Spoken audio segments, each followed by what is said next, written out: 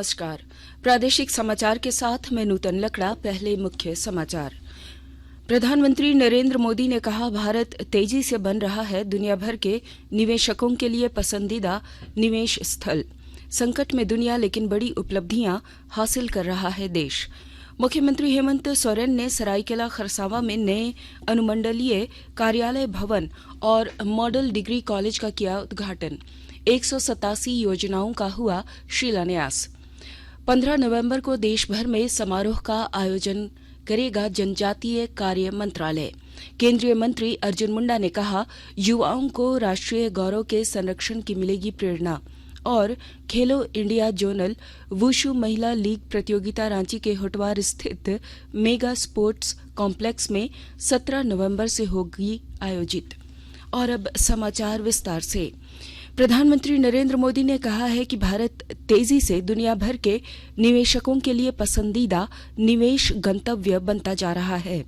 आंध्र प्रदेश के विशाखापट्टनम में कई विकास परियोजनाओं के शुभारंभ के अवसर पर उन्होंने कहा, भारत नए विचारों, नए समाधानों और तीव्र विकास का केंद्र बिंदु बन गया है।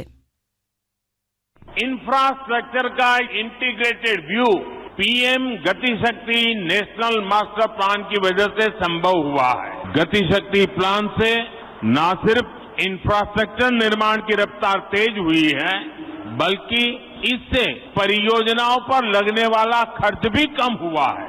मल्टी मॉडल ट्रांसपोर्ट सिस्टम ही हर शहर का भविष्य है और विशाखापट्टनम ने इस दिशा में कदम बढ़ा दिया है। श्री मोदी ने कहा कि सरकार की सभी नीतियों के केंद्र में जन सामान्य का कल्याण है। उन्होंने कहा कि आज जब दुनिया संकट से गुजर रही है तो भारत कई क्षेत्रों में बड़ी उपलब्धियां हासिल कर रहा है।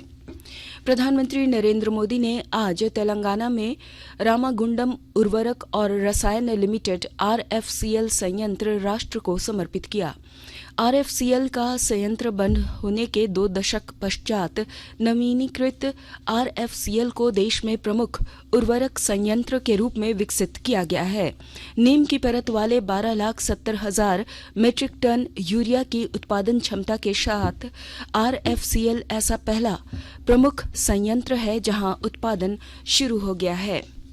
मुख्यमंत्री हेमंत सोरेन ने आज सरायकेला खरसावां जिले में आयोजित आपकी योजना आपकी सरकार आपके द्वार कार्यक्रम के तहत नए अनुमंडलीय कार्यालय भवन और मॉडल डिग्री कॉलेज का उद्घाटन किया। इसके अलावा मुख्यमंत्री ने 187 योजनाओं का शिलान्यास और 124 अन्य योजनाओं का भी उद्घाटन किया। इस अवसर पर मुख्यमंत्री ने कहा है कि अब जनता को सरकारी कार्यालयों के चक्कर लगाने की जरूरत नहीं, अब सरकार के अधिकारी ही उनके पास आ रहे हैं। श्री सोरेन ने कहा कि कल सभी झारखंड वासियों के लिए एक ऐतिहासिक दिन था जब विधानसभा से 1932 का खतियान और ओबीसी, एसटी और एससी आरक्षण विधेयक पास हुआ। श्री सोरेन ने युवाओं से सरकारी योजनाओं का लाभ लेते हुए स्वरोजगार शुरू करने की अपील की।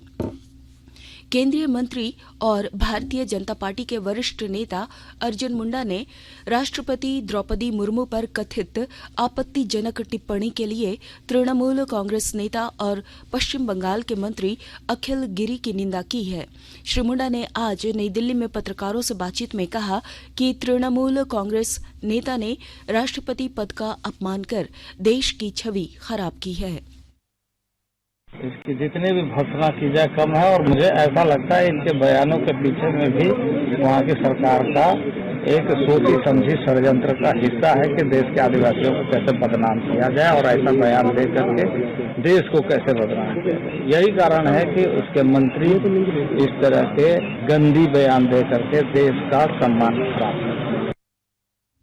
राज्य स्थापना दिवस के अवसर पर राष्ट्रपति द्रौपदी मुर्मू के आगमन को लेकर खूंटी जिले में तैयारियां जोर शोर से चल रही हैं। यहां के उलिहातू में राष्ट्रपति के दौरे को लेकर साफ सफाई के साथ साथ सौंदर्यीकरण का काम अंतिम चरण में है। खूंटी और उलिहातू में अलग अलग जगहों पर अस्थायी हेलीपैड का निर्माण किया जा रहा है। जनजातीय कार्य मंत्रालय ने 15 नवंबर को जनजातीय गौरव दिवस के अवसर पर राष्ट्रव्यापी समारोह की योजना बनाई है। केंद्र सरकार ने राष्ट्र के इतिहास और संस्कृति में जनजातीय समुदायों के योगदान की स्मृति में 15 नवंबर को जनजातीय गौरव दिवस के रूप में मनाने की घोषणा की है। इससे आने वाली पीढ़ियों को सांस्कृतिक विरासत और राष्ट्रीय गौरव के संरक्षण की प्रेरणा मिलेगी। 15 नवंबर बिरसा मुंडा की जयंती भी है, जो देश भर के जनजातीय समुदायों में भगवान के रूप में प्रसिद्ध हैं। राज्य स्थापना दिवस के अवसर पर 15 नवंबर को राज्य भर में विभिन्न कार्यक्रमों का आयोजन किया जाएगा। इन कार्यक्रमों के लिए राज्य सरकार के मंत्रियों को संबंधित जिला प्रभारी बनाया गया है। इस संबंध में मंत्रिमंडल सचिवालय एवं निगरानी विभाग ने आदेश जारी कर दिया है। इसके तहत मंत्री रामेश्वर उरांव को लोहरदगा जिले का प्रभारी मंत्री बनाया गया है। वहीं मंत्री चंपाई सोरेन को सरायकेला खरसावां, जगन्नाथ महतो को बोकारो, जोबा मांझी को पश्चिमी सिंहभूम, बन्ना गुप्ता को पूर्वी सिंहभूम, बादल को रामगढ़, मिथिलेश कुमार ठाकुर को गढ़वा और हफीजुल हसन को देवघर जिले का प्रभारी मंत्री बनाया गया है। आकाशवाणी के ताज़ातरीन समाचारों के लिए आप हमारे वेबसाइट newsonair.com पर लॉग ऑन कर सकते हैं। ताज़ा समाचार Twitter handle @AIR news alerts और Facebook page all India radio news पर भी उपलब्ध है। आप प्रादेशिक समाचार एकांश के Twitter handle @AIR news _Ranchi और फेसबुक, इंस्टाग्राम पेज तथा YouTube channel AIR news Ranchi पर भी हमारे बुलेटिन सुन सकते हैं।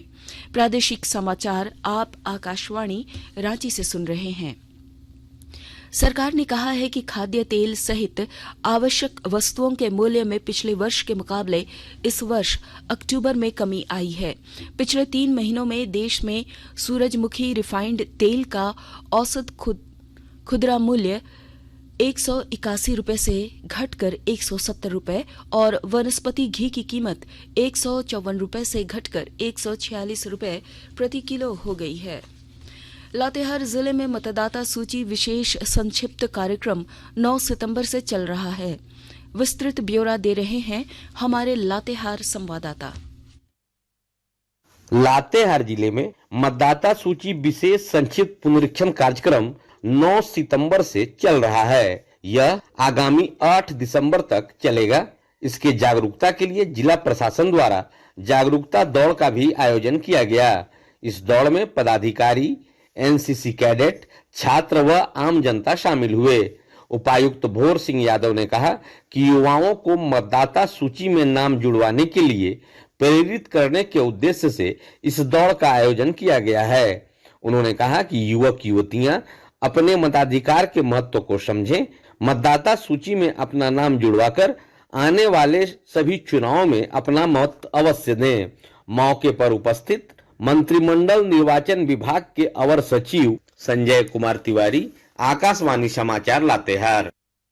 पूर्व मुख्यमंत्री रघुवर दास ने कहा है कि कल विधानसभा में 1932 आधारित स्थानीयता नीति और पिछड़ा वर्ग के लिए 27% आरक्षण देने की नीति पर सवाल खड़े किए गए हैं।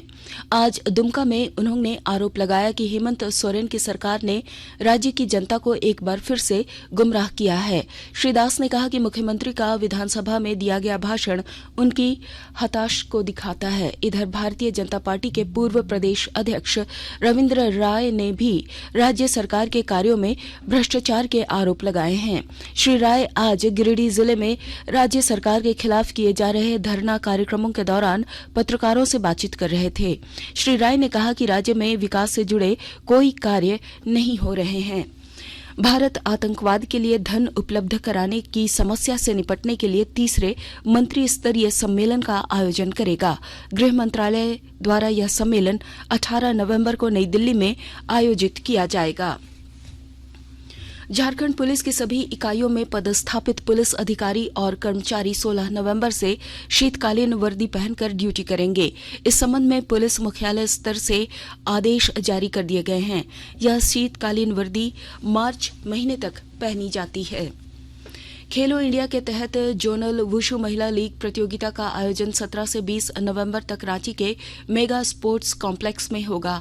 इस प्रतियोगिता में मध्य प्रदेश, महाराष्ट्र, उत्तर प्रदेश, गुजरात, बिहार, राजस्थान, छत्तीसगढ़ सहित मेजबान झारखंड की सब जूनियर और सीनियर वर्गों की महिला खिलाड़ी भाग लेंगी। एशियाई मुक्केबाजी चैंपियनशिप में परवीन, लवलीना बोरगोहाई, स्वीटी बोरा और अल्फिया पठान ने स्वर्ण पदक जीत लिया है। मीनाक्षी को रजत पदक मिला है। भारत ने इस प्रतियोगिता में 4 स्वर्ण, 1 रजत और 2 कांस्य सहित कुल 7 पदक जीते हैं। और अब अंत में मुख्य समाचार एक बार फिर। प्रधानमंत्री नरेंद्र मोदी ने कहा, भारत तेजी से बन रहा है दुनिया भर के निवेशकों के लिए पसंदीदा निवेश स्थल। संकट में दुनिया लेकिन बड़ी उपलब्धियां हासिल कर रहा है देश। मुख्यमंत्री हेमंत सोरेन ने सरायकेला खरसावां में नए अनुमंडलीय कार्यालय भवन और मॉडल डिग्री कॉलेज का किया उद्घाटन। 187 योजनाओं का हुआ शिलान्यास। 15 नवंबर को देश भर में समारोह का आयोजन करेगा जनजातीय कार्य मंत्रालय। केंद्रीय मंत्री अर्जुन मुंडा ने कहा, युवाओं को राष्ट्रीय गौरव के संरक्षण की मिलेगी प्रेरणा। और खेलो इंडिया जोनल वुशु महिला लीग प्रतियोगिता रांची के होटवार स्थित मेगा स्पोर्ट्स कॉम्प्लेक्स में 17 नवंबर से होगी आयोजित। इसके साथ ही आकाशवाणी रांची से प्रादेशिक समाचार का ये बुलेटिन समाप्त हुआ। नमस्कार।